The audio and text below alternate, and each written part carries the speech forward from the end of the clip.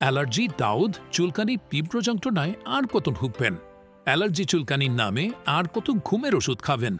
অ্যালার্জির ওষুধে স্টেরয়েড এবং অ্যান্টিহিস্টামিনের মতো ওষুধ ব্যবহার করা হয়, যা আপনার কিডনি রোগের কারণ হতে পারে। এমনকি হতে পারে লিভারের সমস্যা, আমদাদ ব্যথা বা ডার্মাটোগ্রাফিয়া, মেরুদণ্ড রোগসহ আরও অনেক রোগ। অ্যালার্জি এমন একটা রোগ যা আপনার রক্তের সাথে মিশে গেছে।